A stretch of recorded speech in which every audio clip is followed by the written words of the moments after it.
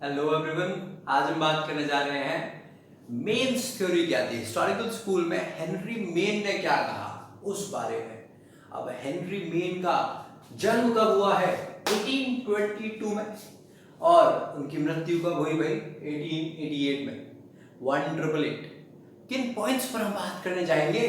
तो ये है वो 4 पॉइंट्स। पहला पॉइंट, उनकी अप्रोच क्या थी। दूसरा पॉइंट, उनके व्यूज क्या थे किस चीज पर? डेवलपमेंट ऑफ लॉ पर। ये पॉइंट थोड़ा सा इंपॉर्टेंट, थोड़ा बड़ा बैठेगा। फिर प्रोग्रेसिव सोसाइटी में स्टेटस टू कॉन्ट्रैक्ट की क्या थ्योरी थी उनकी। मोस्ट इंपॉर्टेंट पार्ट, उनकी थ्योरी यही थी कि प्रिमिटिव सोसाइटी में स्टेटस बेस्ड होता है इंडिविजुअल का, और वहां से हम कहां आए हैं? कॉन्ट्रैक्ट बेसिस पर आए हैं, इंडिविजुअल फ्री हुआ है। और फिर हम पढ़ते हैं आखिरी पॉइंट, इसका रिवर्सल, यानी उनकी जो थ्योरी थी स्टेटस से कॉन्ट्रैक्ट पे आए हैं। आखिरी चीज में लिखा है कि अरे बाप, अब तो हम वापस आने लगे हैं कॉन्ट्रैक्ट से वापस स्टेट में। बात करते हैं उनकी अप्रोच की। तो हेनरी मेन सेविग्नी से जो डिफर करते हैं वो इसी जगह करते हैं क्योंकि दोनों की अप्रोच अलग थी। हेनरी मेन की जो अप्रोच थी वो थी कंपैरिजन पर, comparison of legal institutions of various communities. उन्होंने कहा कि यार मैं अलग अलग कम्युनिटीज के जो लीगल सिस्टम है ना उनको देखूंगा, उनको कंपेयर करूंगा और उसके बाद कुछ बात बोलूंगा। तो अप्रोच क्या है उनकी? कंपेरेटिव।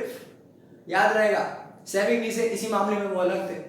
सेविग्नी ने अपने आप को कन्फाइन करके रखा हुआ था रोमन लॉज पर, और सेविग्नी के अकॉर्डिंग उन्होंने वो रोमन लॉज सिर्फ जर्मनी पर अप्लाई किए, सिर्फ जर्मनी पर एप्लीकेबल किए।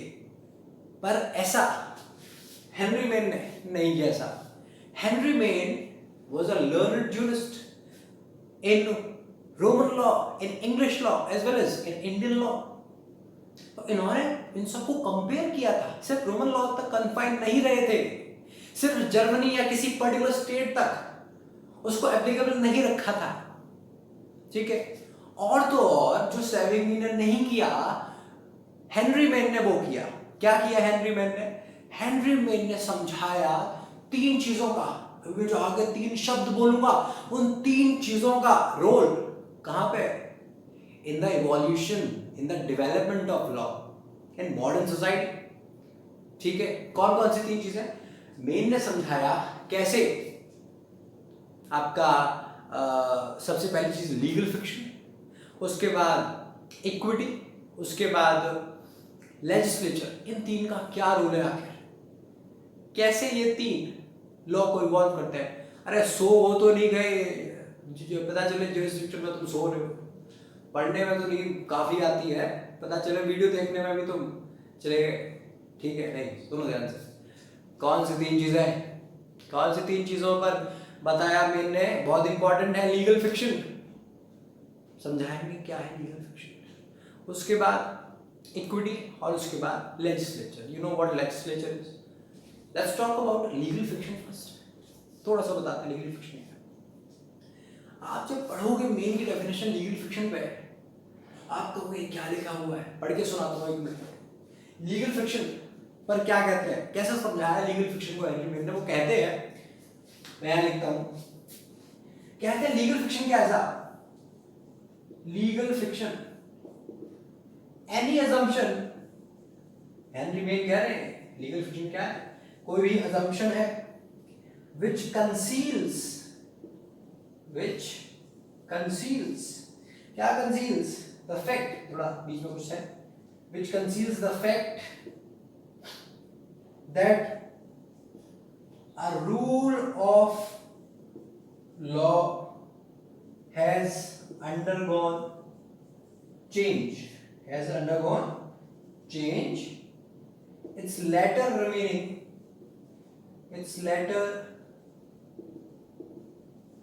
remaining unchanged, comma, its operation being modified। ठीक है, ये बढ़िया सी डेफिनेशन दे दी हेनरी में, और हमें लग रहा है हम समझ जाएंगे इसको पहली बार में। उठना नहीं है, समझना है। तुम खुद भी पढ़ा करो तो तब तक उस चीज के लिए पीछे भागा करो जब तक समझ नहीं आ जाए। पढ़ते हैं लीगल फिक्शन के बारे में क्या कहा, ठीक है। वो कहते हैं कि लीगल फिक्शन कोई भी असम्पशन है। क्या है? एक असम्पशन है जो कंसील कर देता है, जो छुपा देता है। किसको छुपा देता है? The fact that rule of law has undergone change. इस फैक्ट को छुपा देता है कि रूल ऑफ लॉ ट्रांसफॉर्म हुआ है। पहली चीज किसको छुपा देता है? ऐसा असम्पशन है जो छुपा देता है किसको? कि रूल ऑफ लॉ चेंज हो गया।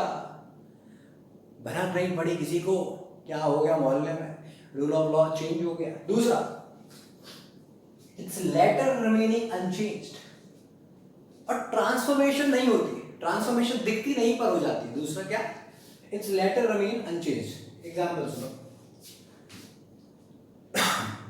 जैसे कोर्ट्स क्या करते हैं? इंटरप्रेट करते हैं किसी लॉ को, किसी आर्टिकल को, किसी सेक्शन को। क्या करते हैं? इंटरप्रेट। अब इंटरप्रेट करने में क्या किया? कोई नया केस आया और नए केस के कुछ नए फैक्ट्स हो गए, इस तरह के फैक्ट्स थे कि पुराने किसी डिसीजन को उनको जो है कहना पड़ा कि वो वॉइड है या इस डिसीजन में एप्लीकेबल नहीं होता। तो उन्होंने क्या किया? उसको नए तरीके से इंटरप्रेट कर दिया। इंटरप्रेट किया मतलब न्यू मीनिंग्स ऐड किए उस पर्टिकुलर वर्ड पे।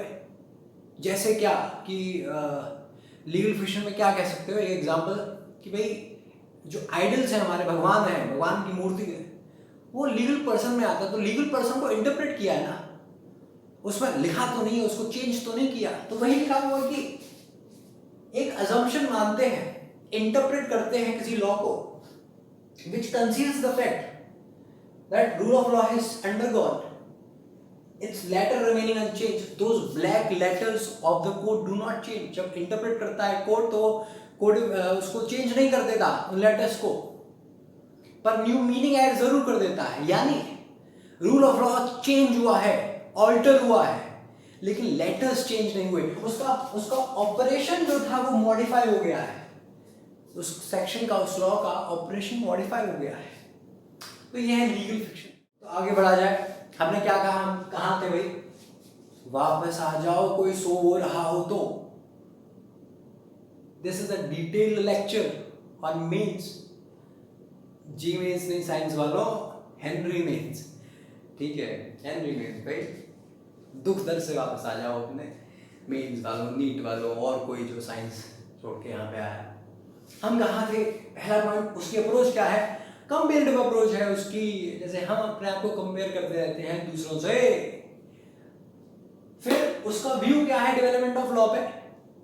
क्या व्यू है उसका? क्या कंक्लूजन कह सकते हो कि उसका कंक्लूजन ये था, उसने जब कंपेरेटिव अप्रोच की तो कंक्लूजन क्या था उसका? कि जो लीगल इंस्टीट्यूशन, जो लॉ का डेवलपमेंट वो डिपेंड कर रहा है सोसाइटीज पर, ठीक है। फिर उसने क्या कहा? अच्छा, हम पहले पॉइंट में थे, दूसरे पॉइंट में आ गए। पहले पॉइंट में था ये, क्या था पहले पॉइंट में? सेवेग्नी ने नहीं दिया था, पर हेनरी मेन ने ये बात कही, समझाई कि लीगल फिक्शन का, इक्विटी का, और किसका? तीसरा पॉइंट बताओ किसका? लीगल फिक्शन, इक्विटी और लेजिस्लेचर का क्या रोल है लॉ के डेवलपमेंट में, ठीक है। ये पहला पॉइंट, पहले ए पार्ट हो गया। बी पार्ट, मेंस के क्या व्यूज थे डेवलपमेंट ऑफ लॉ पर? तो उसके व्यूज ये थे, जब उसने कंपैरेटिव स्टडी की, ही केम टू अ कंक्लूजन कि जो भी लॉ का डेवलपमेंट है ना, वो किस पे डिपेंड कर रहा है? सोसाइटीज पर, सोसाइटी पे डिपेंड कर रहा है साहब, ठीक है। उसके आगे वो बड़ा किस बात पर? वो बड़ा किस आगे प्रिमिटिव एज थी, प्रिमिटिव लाइफ थी, और अब कैसी लाइफ आ गई है? कैसे ट्रांजिशन हुआ है, कहां से कहां तक? फैमिली से, फैमिली के हेड से किंग तक, ठीक है। प्रिमिटिव लाइफ में फैमिली का एक हेड होता था, उस हेड का ऑर्डर चलता था, उस हेड के अंडर आप होते थे। आपको कैसे जाना जाता था? आपको ऐसे जाना जाता था कि भाई ये उस फैमिली के हेड का हेड कौन होता था? एल्डेस्ट मेल मेंबर, फीमेल कुछ केसेस में। तो आपको कैसे जानते थे कि ये फैमिली के हेड का बेटा है, सन है, डॉटर है, वाइफ है? आपका ये स्टेटस होता था, आप फ्री नहीं थे अपनी इंडिविजुअल कैपेसिटी में, आपको जाना जाता था as with respect to the male member और the head of the family. वो हेड जो था फैमिली का, वो सब कुछ करता था, वो बलवान था। अब क्या हुआ, फैमिली जुड़ी आपस में, ठीक है, 2-3 फैमिली आई, ग्रुप्स बने, 2-3 और ग्रुप्स थे वो भी आपस में जुड़े तो ट्राइब्स बने, ट्राइब आपस में जुड़े तो नेशन बना। तो मेन साहब बताते हैं कि भाई फैमिली में जो हेड की कमांड थी, तो जब ये ट्राइब्स बने, इनमें जो चीफ थे वही निकल गया, उन्हीं में से किंग बना, तो फिर किंग तक की कमांड पर हम पहुंचे। क्या, फैमिली के हेड की कमांड से किंग तक की कमांड पर हम पहुंचे। किसने पॉइंट बताया है, जो उनका लॉ डेवलप हुआ, कैसे डेवलप हुआ, इससे डेवलप हुआ। और इसमें 4 स्टेजेस हैं, इस प्रिमिटिव सोसाइटी में 4 स्टेजेस हैं लॉ डेवलपमेंट की। पहली स्टेज डिवाइन लॉ, ठीक है। अब जो किंग लॉ बना रहे हैं वो क्या है, डिवाइन लॉ, मतलब लोगों ने किंग को मान लिया एग्जीक्यूटर ऑफ गॉड्स डिसीजंस या the laws which are divine. भगवान ने जो साहब लॉ दिए हैं, ठीक है, भगवान का हाथ है, भगवान ने उनको अथॉरिटी दी है, तो वो एग्जीक्यूट कर रहे हैं सिर्फ जो भगवान ने कहा है। तो डिवाइन लॉ के बाद आया कस्टमरी लॉ। अब क्या हुआ, राजा ने बना दिया, कोई डिसीजन दे दिया, और बार बार जब उसी तरह के डिसीजन देते गए या बार बार उसी तरह के जब रिचुअल्स करते गए तो कस्टमरी लॉ बन गया, दैट वाज द कस्टम। तीसरा जो स्टेप आया वो आया प्रीस्ट का, मतलब प्रीस्ट माने वही पुजारी साहब। तो क्या हुआ कि बहुत सारे प्रीस्ट्स या प्रीस्ट के किसी ग्रुप ने ये जो कस्टमरी लॉज थे इनको दिमाग में बिठा लिया और याद कर लिया। तो अब इन लोगों ने जगह ले ली as the executor of these laws, पहले राजा के पास ये जगह, अब इन प्रीस्ट के पास आ गई। And the last step in the development of law in primitive society यानी पहले की सोसाइटी में, वो ये है last step, the codification of these laws. जैसे ये जो कोडिफाई करने का मतलब है, हमारी मनुस्मृति में मान सकते हो, क्या हो गया, कोडिफाई हो गया। क्या कहा, पढ़ने का थोड़ा जमाना आया, लोगों ने कहा अरे प्लीज साहब हो गया, बस चलो लिख लेते हैं इसको, so that it is easy to execute these laws, कोई कंफ्यूजन ना हो, ये 4 स्टेप समझ आए। अब आता है असली मजा, तो पॉपकॉर्न लेके बैठ जाओ, और अगर अभी तक समझ नहीं आया हो तो पीछे जाकर फिर से आ जाओ। अब सुनो, हेनरी मीन्स कहते हैं कि इन 4 स्टेप के होने के बाद, कौन से 4 स्टेप, पहला डिवाइन लॉ, दूसरा कस्टमरी लॉ, तीसरा प्रीस्ट्स से रिलेटेड, फोर्थ कोडिफिकेशन। इन 4 के बाद अगर कोई सोसाइटी आगे बढ़ती है तो हम उसे बोलते हैं प्रोग्रेसिव सोसाइटी, अगर कोई सोसाइटी यही रुक जाती है तो हम उसे बोलते हैं स्टैटिक सोसाइटी। Got it? क्या, अगर कोई यही रुक जाए तो स्टैटिक सोसाइटी, अगर कोई इससे आगे बढ़ जाए, इससे आगे 3 पॉइंट और बताए हैं, और वो 3 पॉइंट तुम जानते हो क्या है? हाँ जानते हो तुम क्या है, अभी बता दो कौन से हैं। तो अगर कोई इन 3 पॉइंट में बढ़ जाए तो वो प्रोग्रेसिव, अदरवाइज वो स्टैटिक। सुनो प्रोग्रेसिव में क्या होता है। तो हेनरी मेन साहब ने कहा प्रोग्रेसिव सोसाइटी वो है जो इन 4 पॉइंट के बाद इन 3 स्टेप को भी फॉलो किया। पहला, लीगल फिक्शन को फॉलो किया। दूसरा, तुम्हें पता है ना, लीगल फिक्शन को फॉलो किया। दूसरा, इक्विटी को फॉलो किया। और लास्ट, लेजिस्लेशन को फॉलो किया। तो इसमें progressive society, you know what is legal fiction, अभी समझाया था। इक्विटी का मतलब क्या हो गया? इक्विटी मतलब the principles that appeal to conscience of human being. आपके अंदर मन को अपील कर रहे हैं साहब, आप अपने कॉन्शियस पर बेस्ड, क्या राइट है क्या नहीं, उस पर बेस्ड जो रूल्स बनाओगे, ठीक है, तो उसको बोला गया इक्विटी। और ये जो इक्विटी के रूल्स थे, ये क्या कर रहे थे? कॉम्प्लीमेंट या सप्लीमेंट कर रहे थे कॉमन लॉ को। कॉमन लॉ के सुपरसीड नहीं, पर उनको सप्लीमेंट। जैसे हो सकता है किसी कंडीशन में कॉमन लॉ फेल हो जाए या फिर एब्सेंट हो, किसी कंडीशन में कॉमन लॉ एब्सेंट हो, यानी उसका कोई प्रोविजन एग्जिस्ट ही नहीं कर रहा हो किसी केस में, तो वहां पे क्या कर सकता है जज? Common equity, law of equity की मदद ले सकता है टू सॉल्व दैट, ठीक है। अदरवाइज हो सकता है कहीं पर कॉमन लॉ एग्जिस्ट कर रहा है पर उसमें जो रेमेडी दी है वो सफिशिएंट नहीं है, तब मतलब ली जा सकती है इक्विटी के रूल्स की। इक्विटी समझ आ गया। अगला जो लास्ट स्टेप था legislation. Legislation the last step, मतलब क्या कि भाई पार्लियामेंट है, एक अथॉरिटेटिव बॉडी है जो लॉ बना रही है, जो लॉ बना रही है, ठीक है, दैट इज लेजिस्लेचर। समझ आ गया इतना? आगे चलोगे। फिर movement of progressive societies from status to contract. तो अभी जो बताया कि प्रिमिटिव सोसाइटी में फैमिली थी, राजा साहब थे, फैमिली में लोगों को जाना जाता था on the basis of the status. पर फिर क्या हुआ, जब ये लेजिस्लेशन बना, इक्विटी आया और सब लीगल फिक्शन आया, लोगों को इंडिविजुअल कैपेसिटी में कॉन्ट्रैक्ट करने की, अपने आप को रिप्रेजेंट करने की इजाजत मिली, लॉज आए। अब स्टेटस पे नहीं हो सकता, अब आपके पास फ्रीडम है to go and tell people that you have the capacity to do something. अब आप डिपेंडेंट नहीं हो अपनी फैमिली के हेड मेंबर पर, ठीक है? तो अब आप कहां से कहां आए हो? स्टेटस से कॉन्ट्रैक्ट पर आए हो। Point clear? This was the main theory of Henry Maine's. एक और चीज बहुत बहुत इंपॉर्टेंट, उनमें वो कहते हैं कि वो कंक्लूड करते हैं कि क्या movement of progressive societies from status to contract hitherto, यानी तब तक या अभी तक तो ऐसा ही रहा भाई, उनके टाइम में अभी तक तो ऐसा ही रहा, स्टेटस से कॉन्ट्रैक्ट तक रहा। यानी उनको दिख रहा था कि हो सकता है आने वाले टाइम में ये चीज पलट जाए। Such was the vision of Henry Maine's. हो तुम लोग बहुत से भाग गए होंगे, पक्की बात है, पर if you are there just stay there. We are almost on the end of Henry Maine's theory. ये जितनी भी चीजें हैं ये आपको पूरा दिन लग जाता पढ़ने में, बोर होते होते पढ़ते, चिप्स पापड़ खाते खाते पढ़ते। But here I am trying to tell you everything related to Henry Maine's. I hope this helps you. पढ़ो, जान लगा के, जितना ज़्यादा पढ़ोगे उतना ज़्यादा कमाओगे बॉस।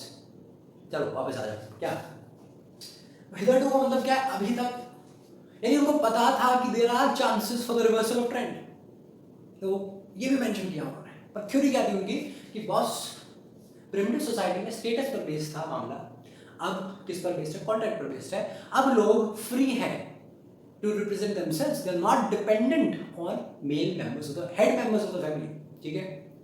फिर क्या हुआ? फिर आया भी ट्रेंड रिवर्सल, यानी अब इनफैक्ट उन्हीं के टाइम पे वो भी ये बात देख चुके थे, और अभी भी क्या हो रहा है साहब, हम वापस कॉन्ट्रैक्ट से स्टेटस बेस्ड पे जा रहे हैं। पर अब स्टेटस फैमिली के हेड पर बेस्ड नहीं है, अब ग्रुप पर बेस्ड है। ग्रुप का मतलब समझो, वर्कर्स हुए या इस तरह के जो काम करने वाले लोग हुए, उनको क्या करना पड़ा?